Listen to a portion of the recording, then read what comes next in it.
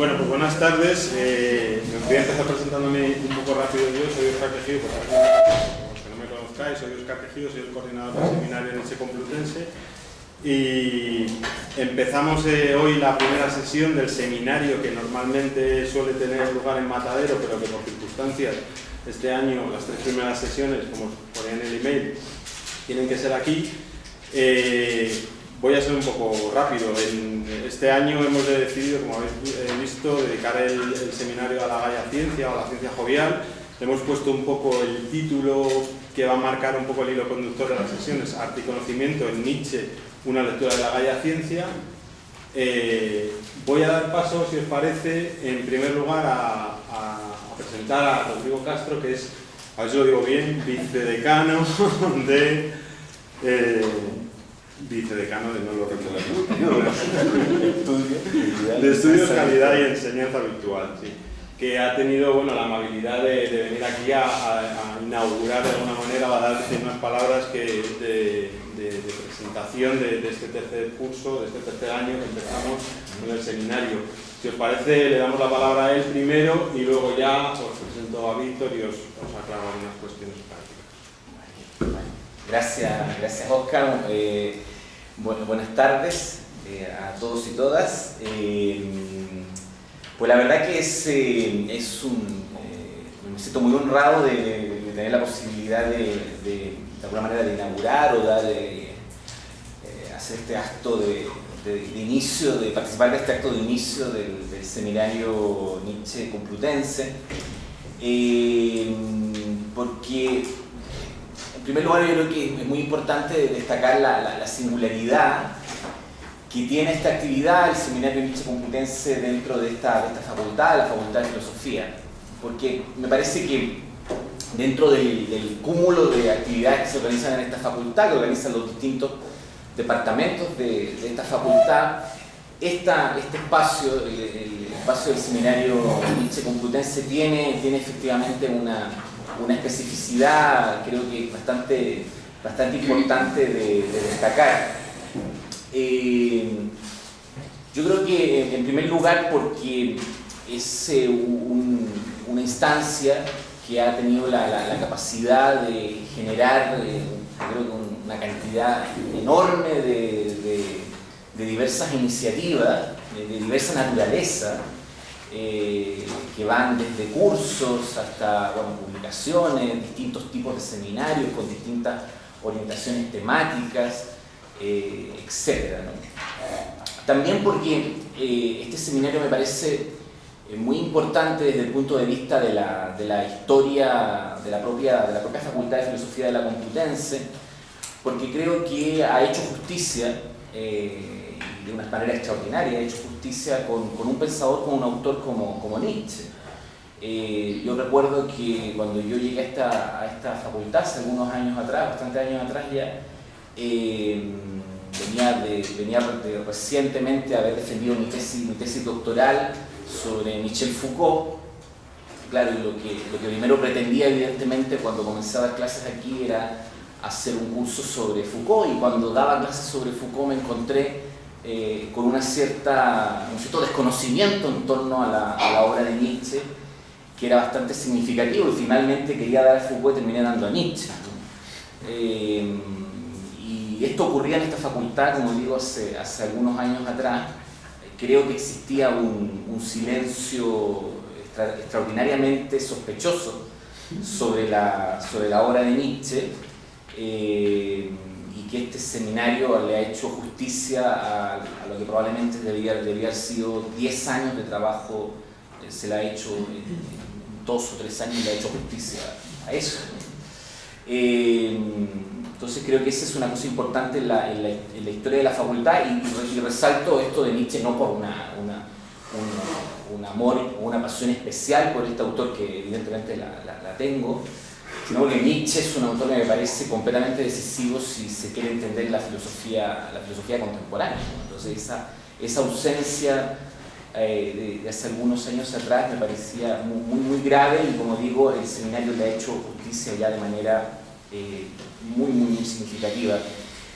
Y creo que también es importante destacar que este seminario Nietzsche Complutense, que más allá de todas las actividades que realiza, hay un núcleo, por lo menos esto es lo que yo alcanzo a percibir, ¿no? Hay un núcleo de trabajo de un grupo de investigadores, ¿no? Un verdadero taller del pensamiento desde mi punto de vista, que es probablemente lo que explica es la riqueza de esas actividades que el seminario Nietzsche ha tenido la capacidad de ofrecer, ¿no? En ese sentido yo creo que es una buena oportunidad para públicamente reconocer el extraordinario trabajo que han hecho personas como Mariano Rodríguez, Óscar Tejido, Víctor Berríos, Sergio Altoranz, Jordi Massó, gente que de verdad que ha hecho un trabajo extraordinario y que creo que es fruto del propio compromiso que ellos individualmente tienen con la investigación en torno al pensamiento de Nietzsche. Nada, bueno, como os digo, creo que se trata del tercer curso de existencia de este seminario que ha nacido en 2012 y creo que todos alcanzamos a vislumbrar lo que estamos más comprometidos en el seminario, también los que están un poco más en la periferia, imagino que todos los que asistís también a las sesiones, creo que alcanzamos a percibir que hay un horizonte muy interesante para este seminario, hay un futuro muy interesante, tal vez tenga que ver con ese futuro del que Nietzsche hablaba, de esos filósofos que se ven venir en el horizonte, esos filósofos del peligroso quizás. Así que nada más que animar a todos a continuar en esto. Bueno, muchas gracias.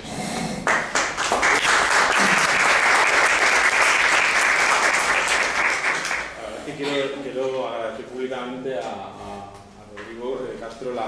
Él fue uno de los primeros, cuando pusimos el seminario en marcha, fue uno de los primeros profesores con los que Mariano y yo decimos que había que hablar, y la verdad que su apoyo fue inmediato y incondicional. Él es miembro del seminario desde el primer momento. Yo creo que fue uno de los primeros, junto con Fernando Rampérez, que apoyó el seminario, o sea que doblemente agradecido, porque si estamos aquí es también por ese apoyo inicial que algunos decidisteis dar al seminario.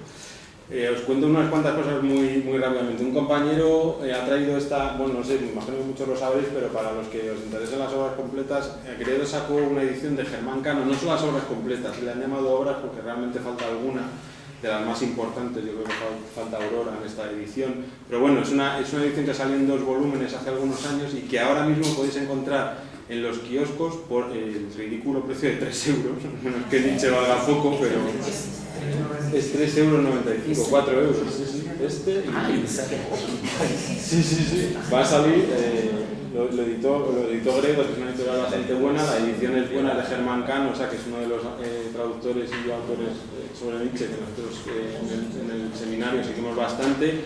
Y bueno, deciroslo a todos porque es una buena oportunidad, una oportunidad incomparable para poder tener, si no todas las obras de Nietzsche, bastantes, y con una buena traducción. ¿Qué títulos incluye el libro?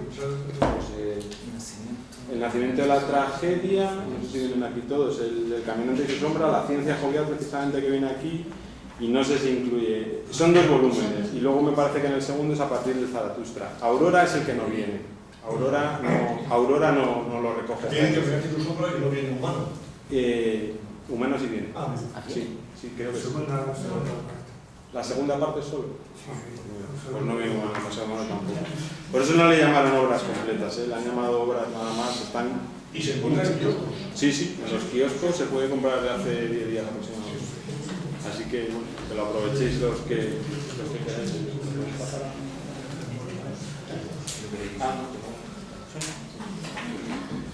Bueno, simplemente os cuento algunas cosas del seminario ya que empezamos hoy.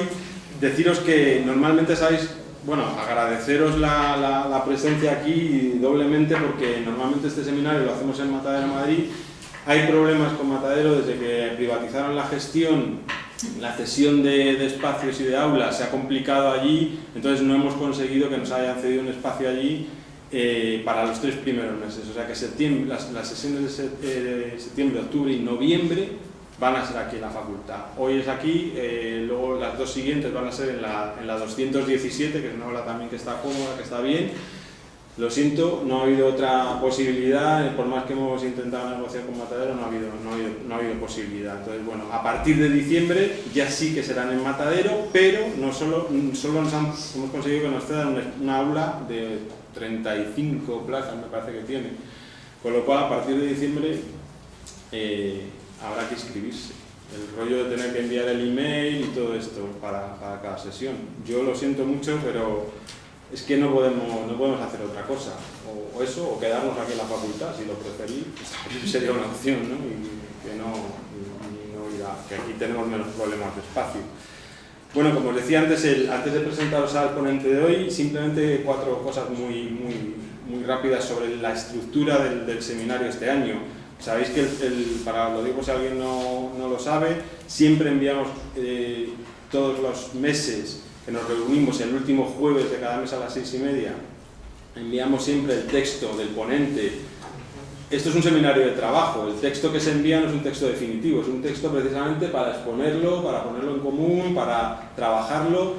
Habéis visto que, por ejemplo, los del nacimiento de la tragedia que hicimos el primer año, hemos conseguido, después de revisarlos y trabajar más sobre ello, publicarlos en la revista Ibris, que salió hace poco.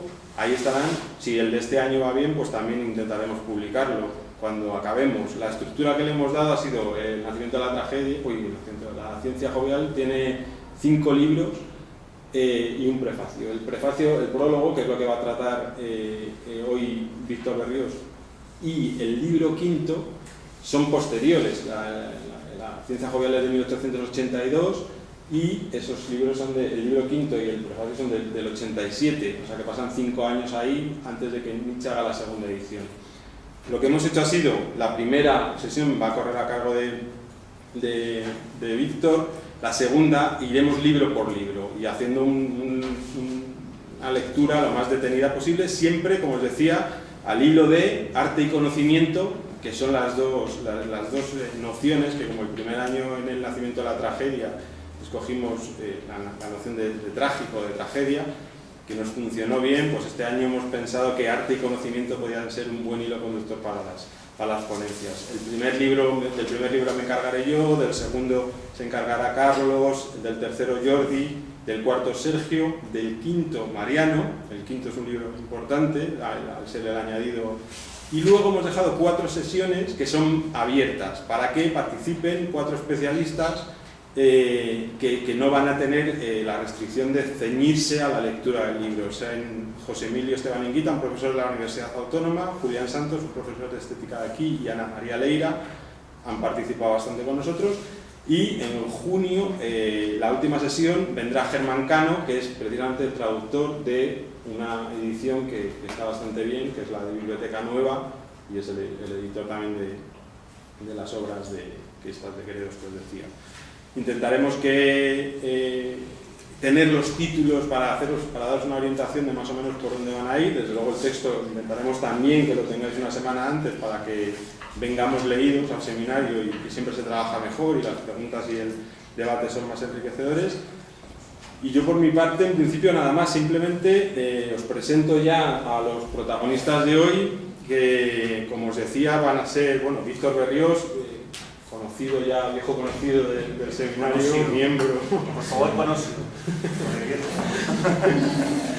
Del seminario, que es profesor de filosofía en la Universidad Metropolitana de Ciencias de la Educación de Santiago de Chile, está aquí con una estancia de investigación, miembro del seminario Nietzsche Complutense, y, como os digo, se encuentra realizando un trabajo, una tesis doctoral sobre los prólogos, precisamente, el prólogo de la ciencia jovial. Sabéis que en el año 87 Nietzsche escribe 5 prólogos para las segundas ediciones de Humano demasiado humano, Aurora, Caminante y su sombra, Aurora y la Gaia Ciencia, y esos 5 prólogos que le escribes en un mismo año son muy interesantes tratarlos en conjunto, y la tesis doctoral de Víctor Berríos versa sobre eso. La tesis está dirigida precisamente por Germán Cano y por Jacobo Muñoz, y bueno, Víctor Berríos cuenta con bastantes artículos sobre Nietzsche, y ha trabajado también en la edición de varias de sus obras. Aprovecho ya para ampliar un poco la información sobre Rodrigo Castro. del que no solo le hemos pedido, hemos abusado ya de su confianza y le hemos pedido y de su tiempo, y le hemos pedido que ya que venía de alguna manera a inaugurar el seminario se podía encargarse también de la réplica del texto, porque la estructura que vamos a mantener es la de siempre, ¿no? La ponencia y un replicante, una persona que hace una réplica. Pues Rodrigo Castrollana es doctor en filosofía por la Universidad Complutense de aquí de Madrid. Actualmente es profesor también del Departamento de Historia de la Filosofía y, como torpemente os he dicho antes, vicedecano de Estudios, Calidad y Enseñanza Virtual. Ha sido también profesor en diversas universidades de Chile, la Universidad Andrés Bello, la de Valparaíso, la Pontificia Católica de Chile, la Universidad Metropolitana de Ciencias de la Educación, donde también es profesor Víctor Berrios, y sus intereses intelectuales se centran, como él mismo ha dicho, principalmente en la figura y en la obra de Foucault, donde cuenta con un abundante número de artículos sobre Foucault y también cuenta con varios libros, entre los que cabe destacar Foucault y El cuidado de la libertad, ética para un rostro de arena, de 2008. Pues sin más, os dejo ya con la exposición de Víctor Berrios, luego pasaremos a la réplica de Rodrigo Castro y finalmente un debate, como siempre hacemos, y preguntas y lo que Muchas gracias por venir. Bueno, el intelecto, como el deporte, también tiene pretemporada, ¿no? Entonces, iniciar esta sesión también es un poco difícil porque las neuronas han estado ahí de vacaciones, ¿no? Entonces, me van a disculpar si en algún momento no soy muy claro o la cosa no va bien, y bueno, obviamente en las preguntas se puede volver a aclarar, ¿vale? Para los que me han escuchado acá, ya esta es la tercera vez, ya los tendré un poco mareados con el tema de los prólogos, ¿no?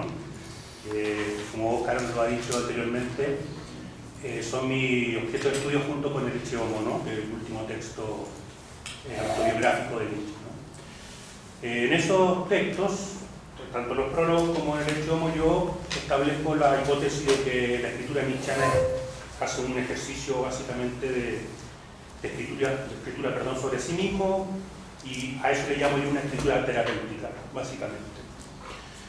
Entonces, de los prólogos, a mí me parece, y eso es la hipótesis con la cual parto hoy, es que el prólogo de la ciencia jovial es el prólogo más importante de todos los prólogos que Nietzsche escribe, junto con el de la genealogía y la moral probablemente, pero de las obras que él publica antes y hace una segunda edición con prólogos, me parece a mí que este es el más importante, básicamente, porque establece problemáticas que van a abarcar toda la filosofía de Nietzsche posterior. Solamente nombro, no digo que sean los más importantes, solamente nombro cuerpo, vida, jovialidad, risa,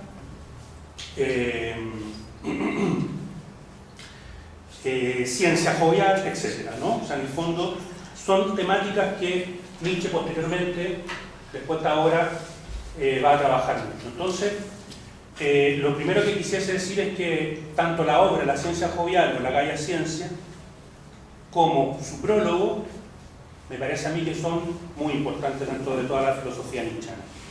Por eso quiero recalcar la importancia de un seminario que se dedica un año a trabajar sobre este texto, ¿no?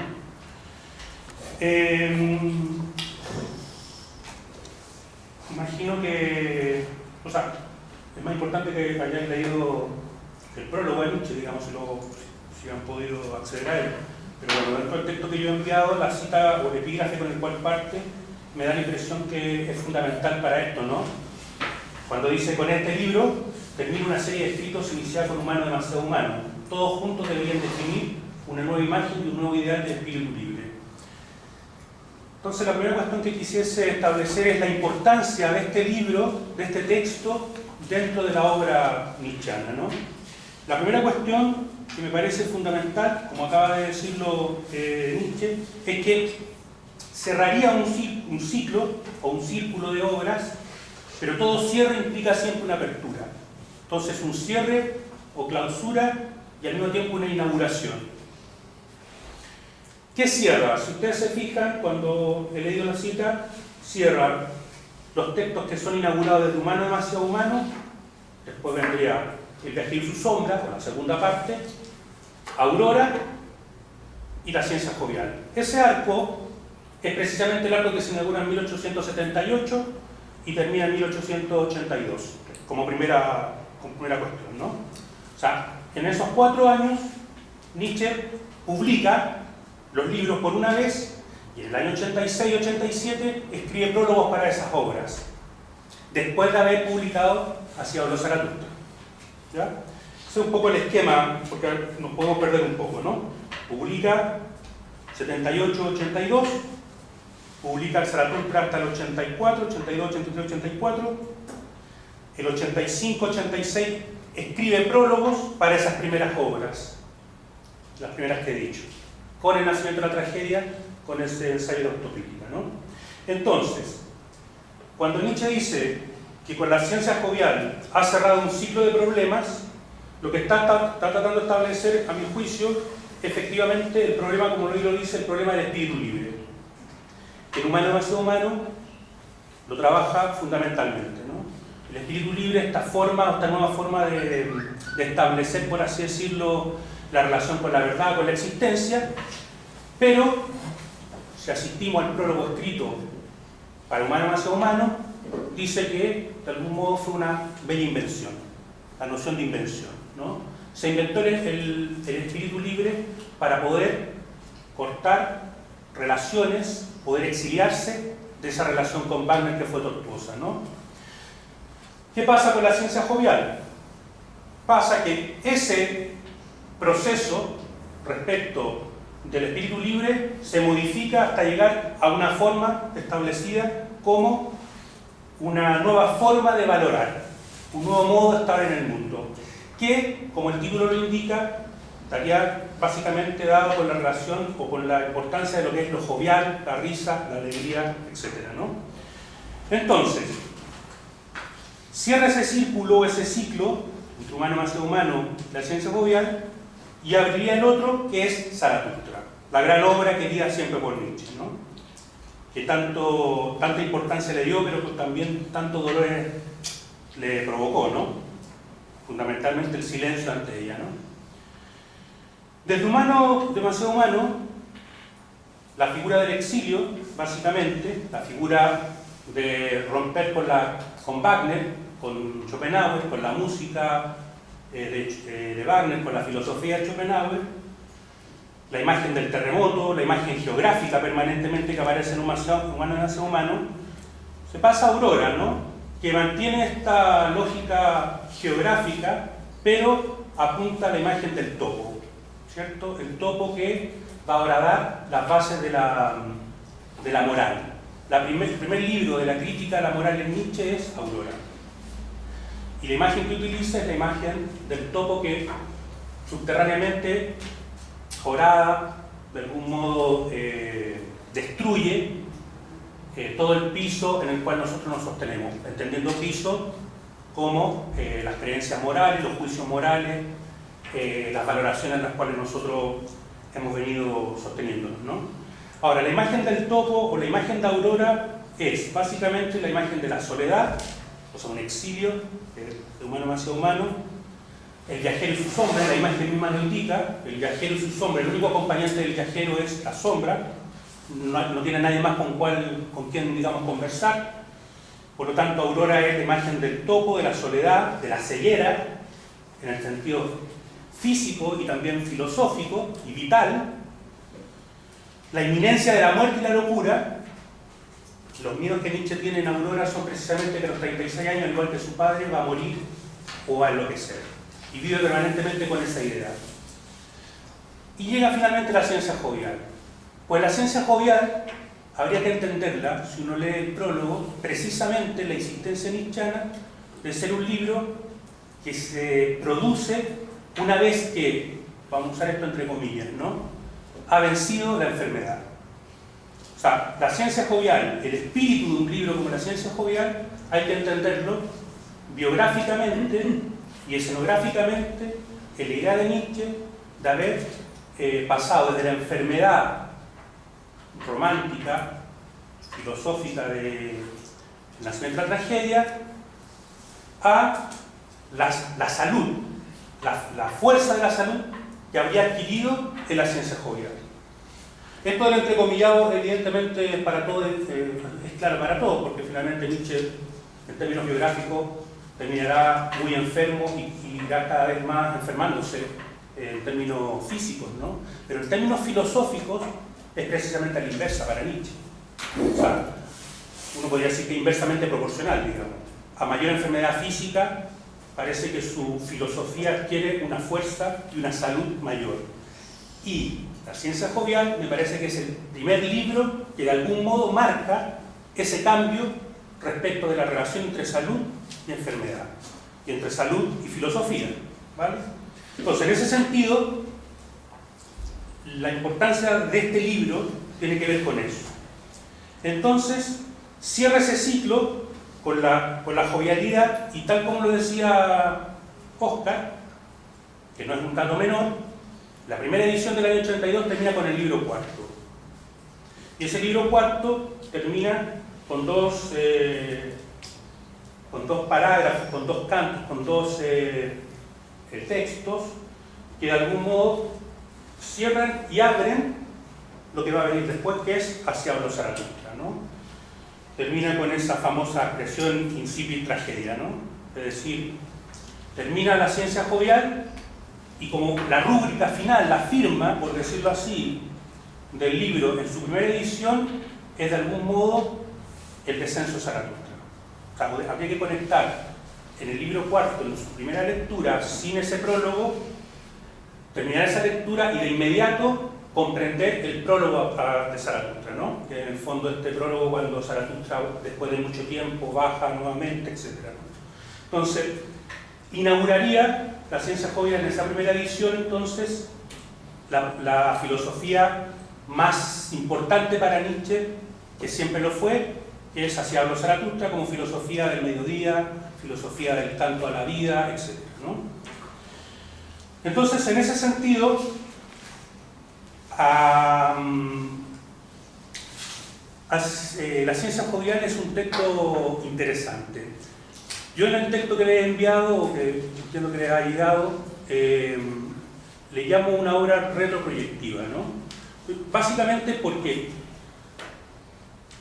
el asunto viene así: escribe después Zaratustra, ¿no? Durante 2 o 3 años, y después escribe el prólogo para la segunda edición y le agrega el libro quinto. Entonces, de algún modo, la ciencia jovial es un texto extraño, porque en el fondo es una unión, un tejido de 2 momentos históricamente y cronológicamente distintos.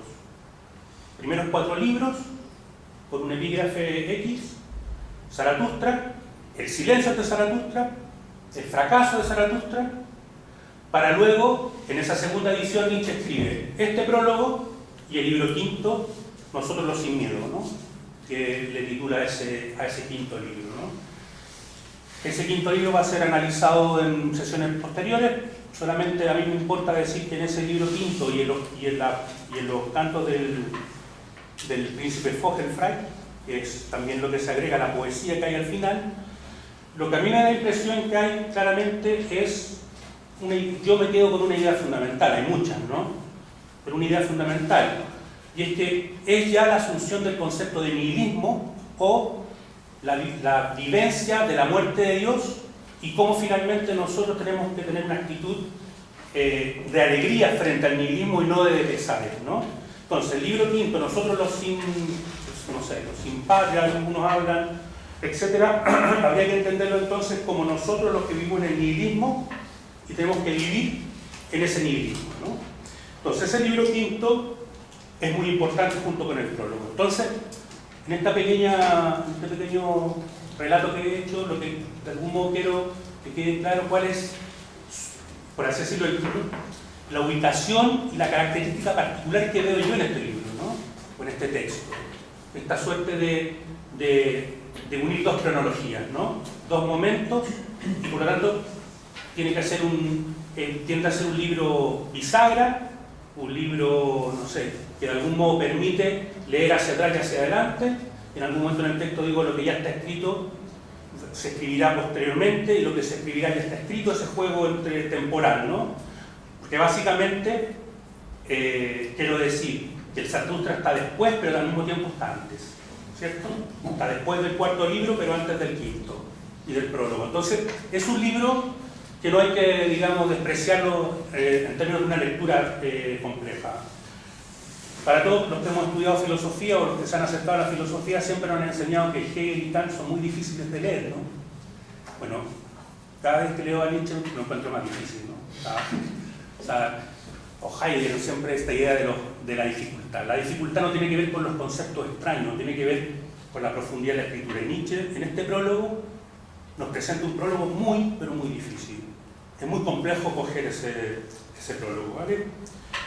Entonces, lo importante, me parece a mí, en esta segunda edición del prólogo, ¿no es cierto?, de la edición que es del año 1887, es este carácter retroproyectivo, que de algún modo le ubica la obra en su conjunto, en términos de esto que he dicho, la relación entre la ciencia jovial de Zaratustra y la escritura posterior del prólogo y del libro quinto, ¿no? Entonces este prólogo, cuando se lea, tiene que estar de algún modo o ser leído con un ojo, por decirlo así, en ese libro quinto y en las canciones del príncipe Vogelfrey, ¿no?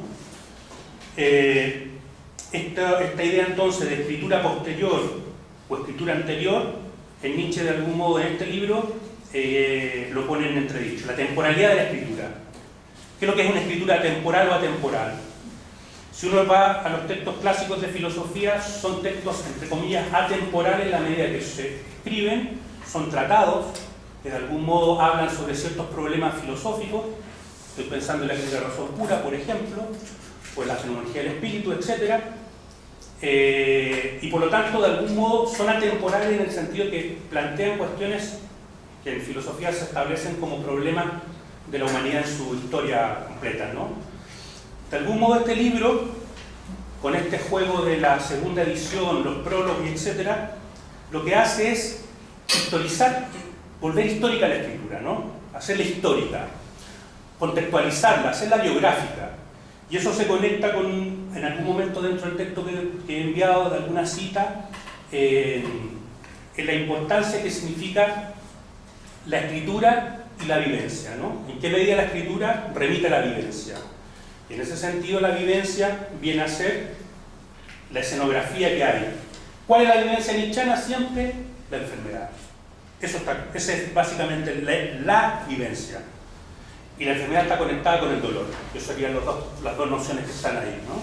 Entonces, como aspecto sintético de este primer elemento que he dicho, entonces, Nietzsche cada vez con los prólogos comienza a convertirse en escritor, en autor. La escritura se convierte en un elemento muy importante. Y en esta suerte de juego entre lo antes y lo después, me parece que lo que hace es darle a la escritura una instancia, un canon, un carácter fundamental en la filosofía. Desde Nietzsche, a mi juicio, filosofar es escribir. Escribir es pensar. Los filósofos, de algún modo, tienen que asumir su condición de escritores. Y por lo tanto también de editores, de aquellos que publican libros, etc. De algún modo, es la circulación de libros donde la circulación de ideas va a comenzar. Eso ya Kant, si ustedes recuerdan en qué la ilustración lo plantea en la idea de la razón pública, que es del uso público de la razón, el elemento de la ilustración tiene que ver también con el elemento de la publicación de libros y la educación del género humano, ¿no? Como segundo elemento, que ya lo he adelantado entonces, también está la importancia de la vivencia, ¿no? Como aspecto central para esto, no sé, subrayado, comillas, como ustedes quieran, ¿no? Para comprender la obra. Nietzsche entiende que la única posibilidad de comprensión de su obra es la similitud de vivencia, ¿no? Aquel que no haya tenido ni propia vivencia no podrá comprender esta obra, o ni siquiera, o quizá un prólogo ni siquiera le muestra la importancia de la obra. O sea, ese inicio del prólogo es interesante porque en el fondo lo que establece es para qué escribir un prólogo, ¿no? Si no se tiene la vivencia de este libro, pues jamás se podrán comprender. Entonces, es interesante cómo desde el inicio Nietzsche va a establecer la configuración de estos lectores del futuro, la construcción de lectores del futuro, que es uno de los objetivos más importantes de la obra de Nietzsche, cómo construir lectores. El punto más importante para Nietzsche en esta obra es la construcción de un lector, es básicamente la posibilidad de que ese lector tenga las mismas vivencias o de algún modo comprenda las vivencias que el escritor ha tenido. El escritor escribe para un lector. Entonces aquí hay un elemento importante. El filósofo ya no escribe para sí en el sentido de la soledad en la cual está divagando o elucubrando sobre la inmortalidad del alma o, por ejemplo, la migración de las almas, etc., al modo platónico o al modo de una filosofía metafísica, sino más bien el filósofo es aquel que escribe sobre sus vivencias, pero esas vivencias tienen que de algún modo conectarse o se conectan con estos lectores. Pero el gran problema para Nietzsche en toda su producción filosófica es que él considera que no tiene lectores. Porque su época, la época del nihilismo, la época del socratismo de la cultura y de la moral, no está preparada, no tiene ojos ni oídos para escuchar. Sufre de otitis y de metaotitis, dice en una carta del año 88, ¿no? O sea, el gran problema de la época es que sufre de una inflamación del oído, ¿no? Que no es capaz de escuchar estas palabras que han sido escritas desde una vivencia. La vivencia, entonces, va a ser un concepto muy importante en la obra de Nietzsche, en las cartas fundamentalmente, en el sentido que la vivencia, en el caso de Nietzsche, la vivencia del dolor, de la enfermedad, son el material y la escenografía al mismo tiempo del pensamiento. Pero uno podría hacer el siguiente juego, ¿no? Que uno de algún modo también lo podría aplicar a nuestra época. La época moderna y la época contemporánea lo que hacen es precisamente narcotizar el dolor. La moral, para Nietzsche, siempre ha sido un narcótico. Es decir, una suerte de veneno o de medicamento que nos permite soportar el dolor de la existencia. Una existencia que es siempre injusta. La vida, su condición natural, es su injusticia. La moral lo que trata de hacer es justificar la existencia. Pero esa justificación finalmente entonces es la justificación del dolor, o de la gratuidad del dolor, por decirlo de alguna manera. El dolor es gratuito, no tiene razón de ser, ocurre. Lo que hace la moral según Nietzsche, la religión, la metafísica, etc., Occidente en su conjunto, el socratismo de la moral es precisamente narcotizar ese dolor. Y por lo tanto, no vive el dolor. Luego, no van a comprender nunca su obra. La única posibilidad de comprender la obra de Nietzsche, según Nietzsche, es precisamente vivir el dolor, ¿no? Asumirlo. Vivir y justificar que la existencia sea injustificable, ¿no? Que no tenga justificación.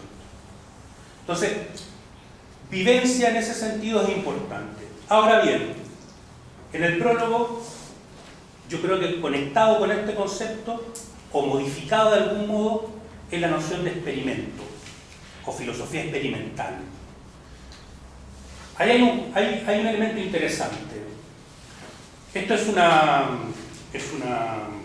afirmación mía, digamos, es una idea. A lo mejor Nietzsche está pensando en filosofía experimental en la medida que nosotros también tenemos que buscar experimentalmente el dolor, o experimentalmente la vivencia. Si no la tenemos, si no la hemos tenido, teoría, pues la filosofía experimental es el intento permanente, de algún modo, de hacer el ejercicio filosófico para comprender ese dolor, para vivenciar ese dolor. De ahí está la idea del quizás, del tal vez, toda esta cosa que Rodrigo antes nos había indicado a propósito del pensamiento de Nietzsche, ¿no? Todo este elemento de lanzarse al mar, etc. Una nota a pie de página que lo olvidé decir al principio. La ciencia jovial es un libro marino, por decirlo así, que se enfrenta precisamente a textos anteriores que son más geográficos, geológicos, ¿no? Y precisamente el mar lo que indica es apertura, inmensidad, infinito, etc., ¿no?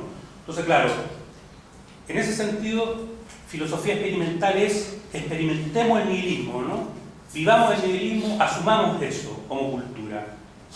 Entonces, vivencia, experimento, filosofía experimental, filosofía de la vivencia.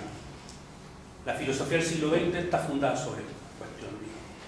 Un texto Ser y Tiempo del año 27, pues básicamente es asumir la vida cotidiana o la vida como problema filosófico. Nietzsche en este prólogo va a llegar a decir que lo que ha ocurrido es que la vida se convierte en problema. O sea, en el fondo es la vida se transforma ella misma en problema filosófico. Ya no se habla del ser, la esencia, los entes, etcétera, ¿no? En esa discursividad, sino para Nietzsche la cuestión es la existencia misma, la vivencia misma, la vida misma como asunto filosófico. Y este prólogo, voy a decirlo equívocamente y erradamente, pero espero que me comprendan, es un prólogo existencial, no existencialista, existencial, ¿no? Es decir, pone como problema la existencia del hombre, cotidiana, ¿no? Propia. Como tercer aspecto, que ya lo he avanzado anteriormente, efectivamente la escenografía del libro, es decir, el telón de fondo, es nuevamente la relación entre enfermedad y filosofía, que es la vivencia mayor. ¿Cuál es la mayor vivencia que podemos tener en la vida? Por decirlo de algún modo, es el dolor y cómo nos relacionamos con el dolor. Es probable que no sepamos qué es lo, o sea, probablemente nunca sepamos lo que es la felicidad, pero sí sabemos cuando somos infelices de algún modo, en esa relación, ¿no? Y en esa tensión con el dolor es que finalmente se construye un pensamiento, en el pensamiento de Nietzsche. Ahora, es interesante que en este prólogo en particular, al contrario de los anteriores, Nietzsche en los anteriores establece la enfermedad como la escenografía, ¿no? Como aquello que de algún modo motiva el pensamiento. En este prólogo es el primero que establece el arco, ¿no? Dice, de la enfermedad, la convalescencia, la salud. O sea, es el primer prólogo, el primer texto donde Nietzsche establece que ha vencido, entre comillas, a la enfermedad. Y por lo tanto, aparece ahí una cita que he transcrito ahí en el texto, larga, donde establece he pasado por todos los estados del espíritu, ¿no? De la debilidad de la enfermedad, el dolor de la enfermedad, a la convalescencia humano demasiado humano, etcétera, exilio, y he llegado a esta salud, ¿no? A la salud, en la medida que he asumido el cuerpo como problema filosófico, ¿no? Entonces,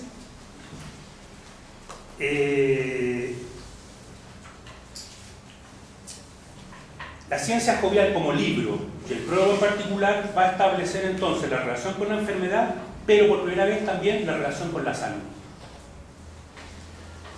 Y básicamente esto se conecta hacia el final también del prólogo, la cuestión de la transfiguración.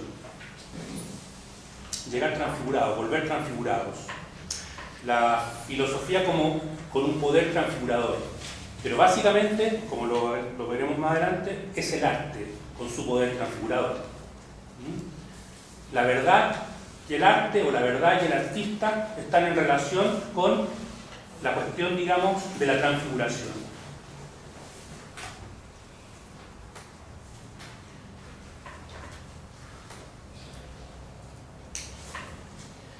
Como cuarto elemento,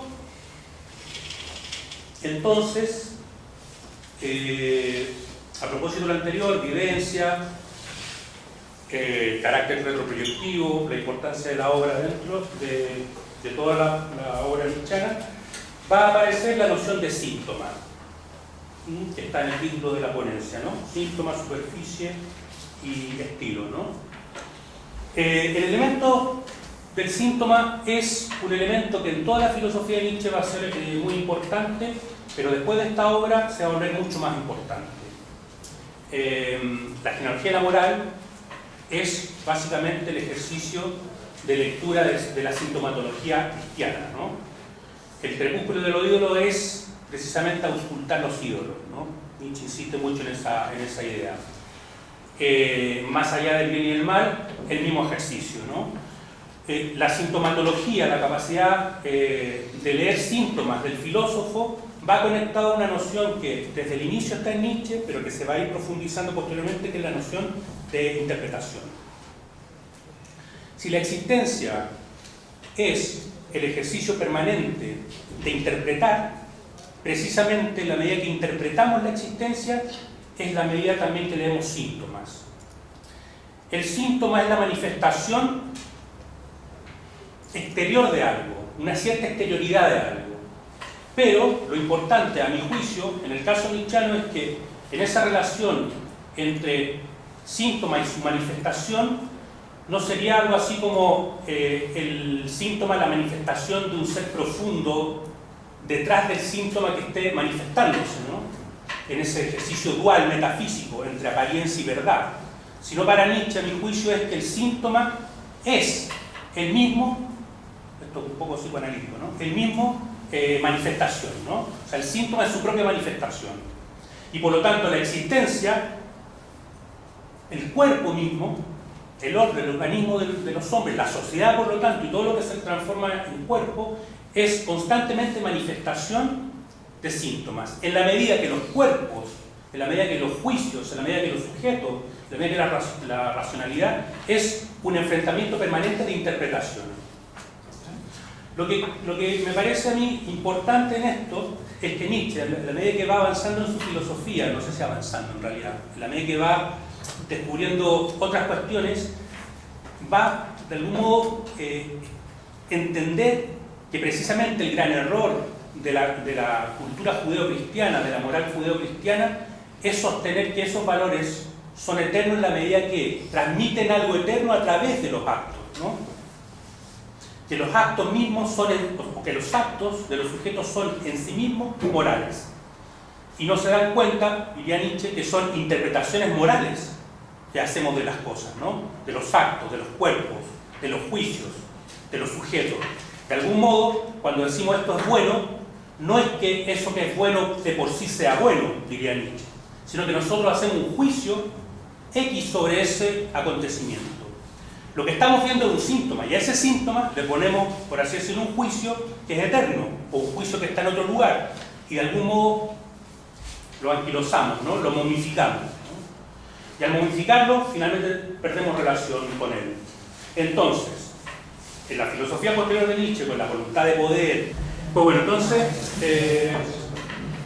como les iba diciendo anteriormente, me parece que el elemento del síntoma o la sintomatología, la semiótica incluso utiliza en algún momento, eso está en el crepúsculo de los ídolos posteriormente, el filósofo entonces adquiere esta capacidad de leer síntomas, y es ahí donde yo conecto un elemento que está en el prólogo y en las cartas, que es el elemento que Nietzsche considera importante, la filosofía como medicina o el filósofo como médico, ¿ya? Dentro de las clasificaciones filosóficas habituales que terminan por destruir todos los filósofos, ¿no? Cuando nosotros los profesionales de la filosofía nos dedicamos a explicar algo, lo terminamos destruyendo, como el crítico de cine que destruye la película antes de ir a verla. Se dice que este es el periodo nietzscheano como el médico de la cultura, se dice, básicamente porque establece este diagnóstico cultural, este diagnóstico sobre Occidente, etc. A mí eso me parece que puede estar correcto, pero lo que me interesa es que yo tengo la impresión, al leer el prólogo, que el elemento no es médico de la cultura, el elemento es la filosofía como medicina, y por lo tanto la filosofía en relación con la vida, y por lo tanto la relación de la filosofía con la lectura de síntomas, ¿no? Que la cultura establezca síntomas, que la época manifiesta síntomas, pues sí, claro. Pero fundamentalmente, Nietzsche lo que está pensando ahí es, volviendo a un elemento clásico de la filosofía, la escuela postsocrática incluso, posterior en el escepticismo, etcétera, que es, y que Foucault va a estudiar posteriormente también, que es la relación entre medicina y filosofía. Cómo efectivamente el filósofo es Para los antiguos se decía médico del alma, ¿no? Ahora, el alma, la noción de alma no es el alma cristiana que nosotros conocemos como noción, sino la griega, que tiene otras vertientes, ¿no? Pero lo importante es que Nietzsche hace una relación entre medicina y sintomatología, es decir, el médico lee síntomas, pero también hace una relación entre medicina y filósofo, y en algún momento en una carta dice: como médico escribo para mí. La escritura tiene el elemento, por así decirlo, terapéutico. La escritura para Nietzsche adquiere un elemento terapéutico. Escribo para no morir, por decirlo así. O vivo porque escribo, diría un poeta chileno, ¿no? Enrique Lin. Entonces, en ese sentido, la cuestión es cómo Nietzsche cada vez más va a entender la escritura como una escritura de configuración de sí mismo, que sea terapéutica, que diagnostica una época y que al mismo tiempo prepara a los lectores del futuro. Entonces es interesante cómo la escritura va adquiriendo un elemento central dentro del ejercicio filosófico nietzscheano.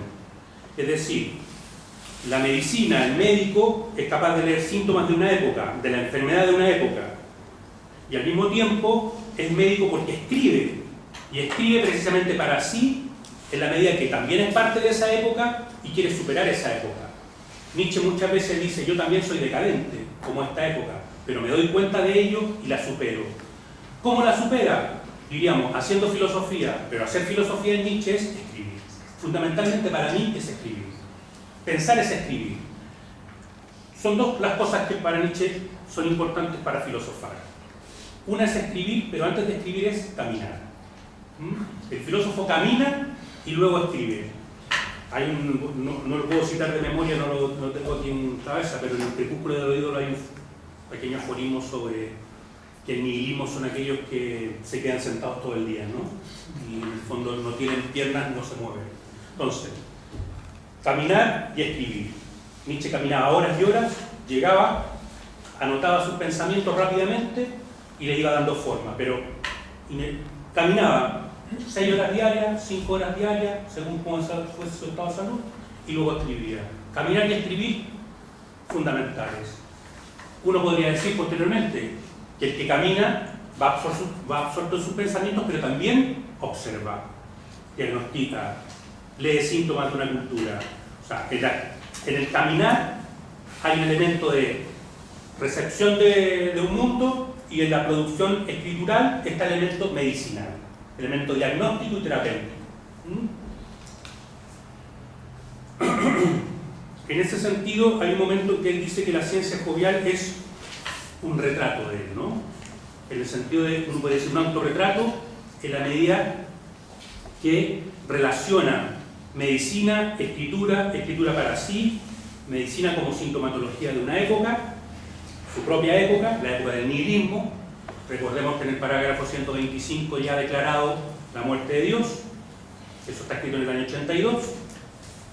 Entonces, por eso decía yo que en el libro quinto el elemento es vivir en el nihilismo, y vivir en el nihilismo es diagnosticarlo, es ver sus síntomas, etc. Y por lo tanto estaría este aspecto terapéutico, ¿no?, de la escritura. En el caso de la ciencia jovial, este es un acápite muy breve. En el caso de la ciencia jovial y en el caso de todos los prólogos, sería una terapéutica del presente en la medida que es un diagnóstico de una época, y en el caso del Ecce Homo, que este libro final, sería una terapéutica del futuro, en la medida que elabora lo que podríamos llamar, o sea, él dice en unas cartas, la antítesis de la tipología cristiana. Uno puede decir entonces la antitipología, el anticristo como la antitipología de Jesús, Kant, Sócrates, etc., y todos los personajes que establece posteriormente, ¿no? Por eso entonces, en esa última etapa, uno podría establecer lo que se podría llamar la retórica del cuerpo, es decir, una escritura que asuma la noción del cuerpo como problema. Y este prólogo, la ciencia jovial, hace ese juego, por eso es tan importante, el libro y el prólogo, ¿no? Hace ese gesto doble. Es un prólogo clave en la transición filosófica nietzscheana.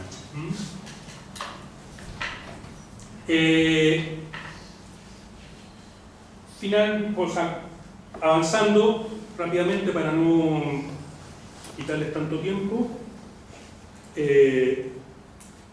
llegamos a la parte final del prólogo, ¿no? Y yo creo que es la parte más compleja, ¿no? Más interesante, que es esta idea del segundo nacimiento y la relación entre verdad y arte. Es importante porque, como ha dicho Oscar anteriormente, el tema del seminario es arte y conocimiento, que también podría haber sido arte y verdad, o sea, de algún modo conocimiento, verdad, tienen una relación, y si ustedes van a los dos últimos parágrafos de los 4 que tienen, digamos, el prólogo, se darán cuenta que Nietzsche de algún modo se va directamente al problema de la verdad y el problema del arte, como dos problemas fundamentales. En el texto que yo le he enviado, hacia el final, establezco un poco, probablemente de manera confusa, no es tan claro, espero que no, lo que yo llamaría para Nietzsche, o he llamado el segundo nacimiento. Todo esto se entiende en lo que he dicho al inicio, ¿no?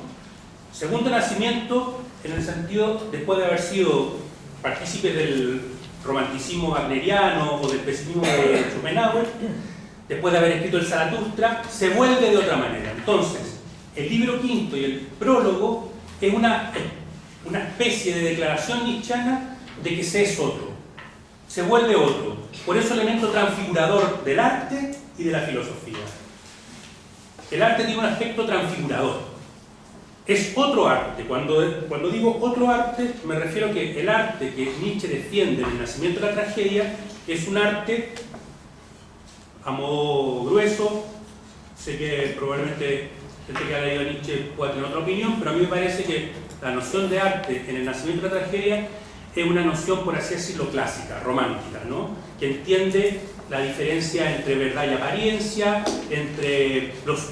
que comprende la aparición de lo sublime como un elemento importante, del mismo modo que lo romántico, etc.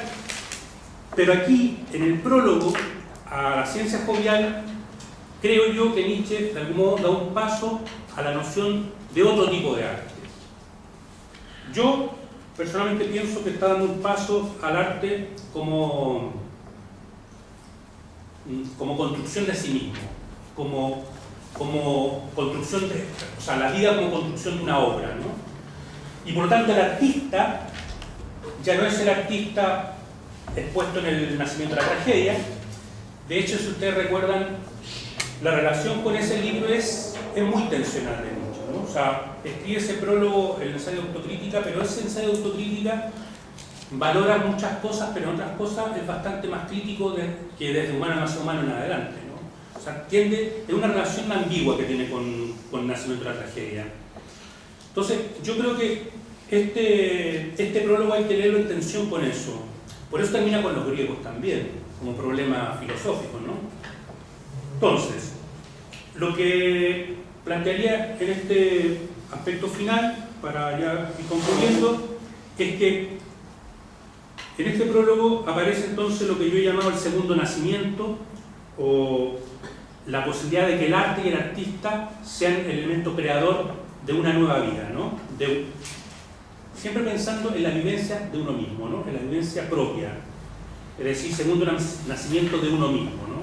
Si vamos a asumir, como Nietzsche dice, que este libro es un libro de vivencias, habría que entender entonces el segundo nacimiento como el nacimiento o el nuevo nacimiento de él, después de haber vagado por la soledad, el exilio y la enfermedad, ¿ya? En el fondo es el relato del triunfo sobre la enfermedad. En el fondo, con el segundo nacimiento se regresa desde el exilio. Esa es la imagen que yo quiero plantear. El exilio que Nietzsche ha querido, ¿no? Es un exilio querido. Estoy pensando en humano demasiado humano. El exilio querido para poder liberarse. La gran liberación. Ese exilio querido, de algún modo creo que no es que concluya, pero de algún modo aquí está la imagen del regreso, ¿no? Pero ya no es el mismo, no se vuelve el mismo, se vuelve distinto, se vuelve con otra piel, con otra apariencia, un segundo nacimiento. Entonces se regresa desde el exilio, luego de haber vivido también en el subterráneo. Insisto, bueno, si pueden ideal sería que leyesen todos los prólogos, ¿no? En el prólogo de Aurora, la clave es vivir en el subterráneo. Me parece que en Génova, en esa época donde vive en una buhardilla pequeñísima, con mucho frío, solo, oscuro, va perdiendo la vista, etc., ¿no? Entonces, claro, exilio, soledad, oscuridad, hacen que estos libros sean fríos, ¿no? La ciencia jovial, insisto, ya aparece esta idea del segundo nacimiento. Se regresa de otra manera. Y esto es posible porque finalmente la vida se asume como problema filosófico. La vida es problemática. El dolor y la enfermedad educan, dice Nietzsche. El dolor y la enfermedad educan. Y diríamos, a Nietzsche le han educado. Le han educado y le han permitido ese segundo nacimiento. Ahora, ¿cómo habría que entender o por qué Nietzsche entiende ese segundo nacimiento? A mi juicio, creo que precisamente en la medida que Nietzsche establece una relación con la verdad de una manera distinta. O sea, es bien importante aquí porque en el fondo la noción de verdad, siempre nosotros cuando la escuchamos en filosofía tendemos a asociarla solamente en términos cognitivos. O sea, es decir, los juicios verdaderos, los juicios falsos, etc. Pero en Nietzsche la noción de verdad es mucho más amplio que eso. Asume, por decirlo así, la noción de juicio de valor, de concepción del mundo, de valoración de la existencia, etc. Entonces, el segundo nacimiento de Nietzsche tiene que ver o se produce en la medida que la relación con la verdad también ha variado. En la medida que la noción misma de verdad, Nietzsche la entiende de otro modo, la comprende de otro modo. Y entonces en ese sentido es importante porque la posible relación de el arte con la vida es precisamente la medida que el artista y el filósofo se relacionan de una manera distinta con la verdad. El poder transfigurador del arte es posible solo si la noción de verdad ha sido mutado, ha cambiado, no es la misma. O sea, voy a decirlo de modo grueso y bruto y probablemente errado, ¿no? Si la metafísica ha comprendido la verdad como una verdad absoluta, donde el filósofo es un erótico, es decir, aquel que busca el ideal, precisamente jamás va a haber un poder transfigurador en él, porque la verdad está siempre ahí, y yo alcanzo la verdad y de algún modo me uno con ella, pero no me transfiguro vitalmente. La única posibilidad de transfiguración, en el sentido de volverse otro, de que la existencia cambie en la cotidianidad, es que la verdad no sea comprendida de esa manera, sea comprendida de otro modo. Y solo así somos artistas, ¿no? El arte entonces adquiere una importancia fundamental en Nietzsche porque ya no es, como decía en El nacimiento de la tragedia, la justificación metafísica de la existencia, porque ya que a esta altura Nietzsche no necesita justificar la existencia, no hay nada que justificar, la existencia es injusta de por sí misma, sino que más bien el arte es la transfiguración de uno mismo, la configuración de uno mismo. Es, por lo tanto, el arte creación de uno mismo, no justificación metafísica de una realidad, o una justificación de una existencia, o de una entidad, etc., ¿no? Entonces, claro, el arte aquí es un arte más cercano a la existencia, ser artista de uno mismo podría decirse, ¿no?